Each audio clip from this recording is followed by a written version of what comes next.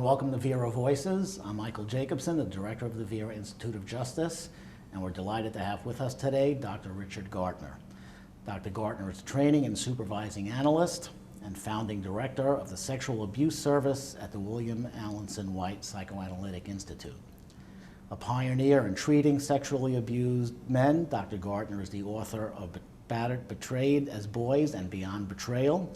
He is a founder and past president of MaleSurvivor.org. Maybe you can talk a little about how you first got interested in working with and studying sexually abused men and sort of what changes you've seen over the time you've been working with them. I first started working with sexually abused men, or at least men that I knew to be sexually abused, in the mid-'80s when I began treating a man who, over a very long period of time, began to recover memories of incest by his father. In my training, and in the training at that time of virtually everyone I know, there was almost nothing about working with sexual abuse at all, and certainly not about the sexual abuse of boys and men.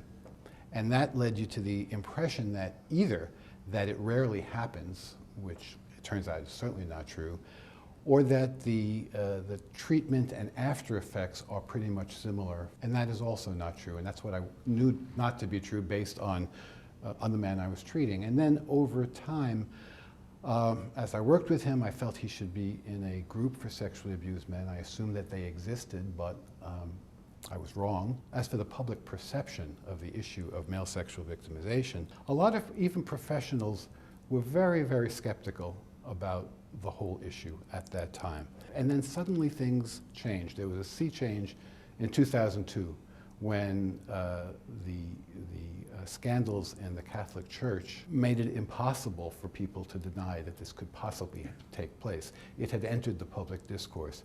And after that, there really was a change about how people listened to me, the interest people had, and most important, men began coming forward. One of the natural questions that arises from that, and certainly your work, is what are the gender differences? You know, obviously people have been paying attention, deservedly so, to sexually abused girls and women.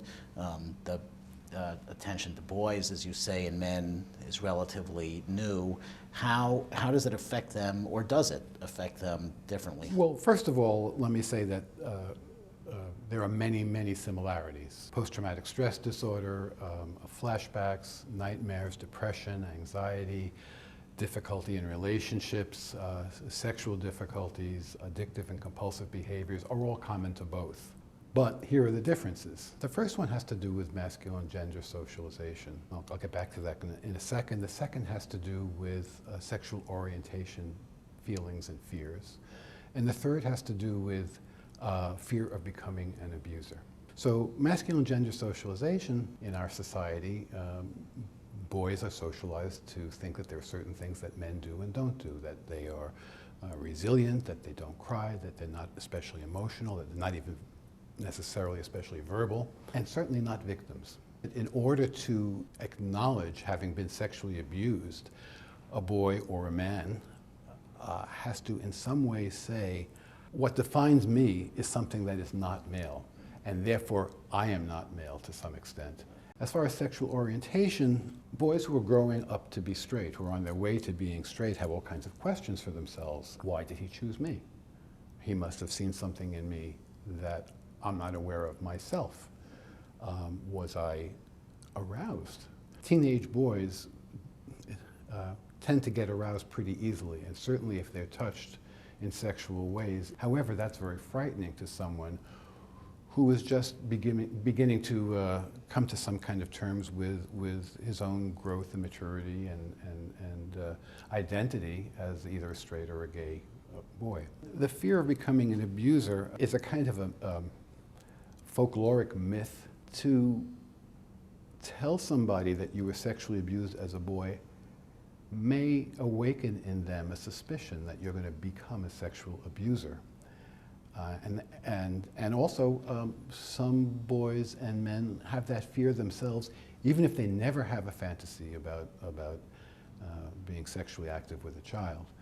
And so they may stay away from children, and also be very fearful of telling people what do we know from the research about the level of incidence? Let me say first something about girls, and that work was done in the early 80s by a sociologist named Diana Russell. And she found that by the age of, I believe, 16, 1/3 of girls have had unwanted direct sexual contact with somebody older and or more powerful. For boys, the figures are a little bit more controversial, and that has to do with how the research is done. What I consider the best studies, the figures there were that 1 in 6 boys has had unwanted direct sexual contact by the age of 16. But what do you see as some of the sort of lifelong impacts, whether it's about sexuality or healthy relationships? I mean, over the years I have seen or supervised or talked to, I don't know how many sexually abused men, probably over 1,000. Often they are very insulated from others and very distrustful of others for good reason. People in power have hurt them.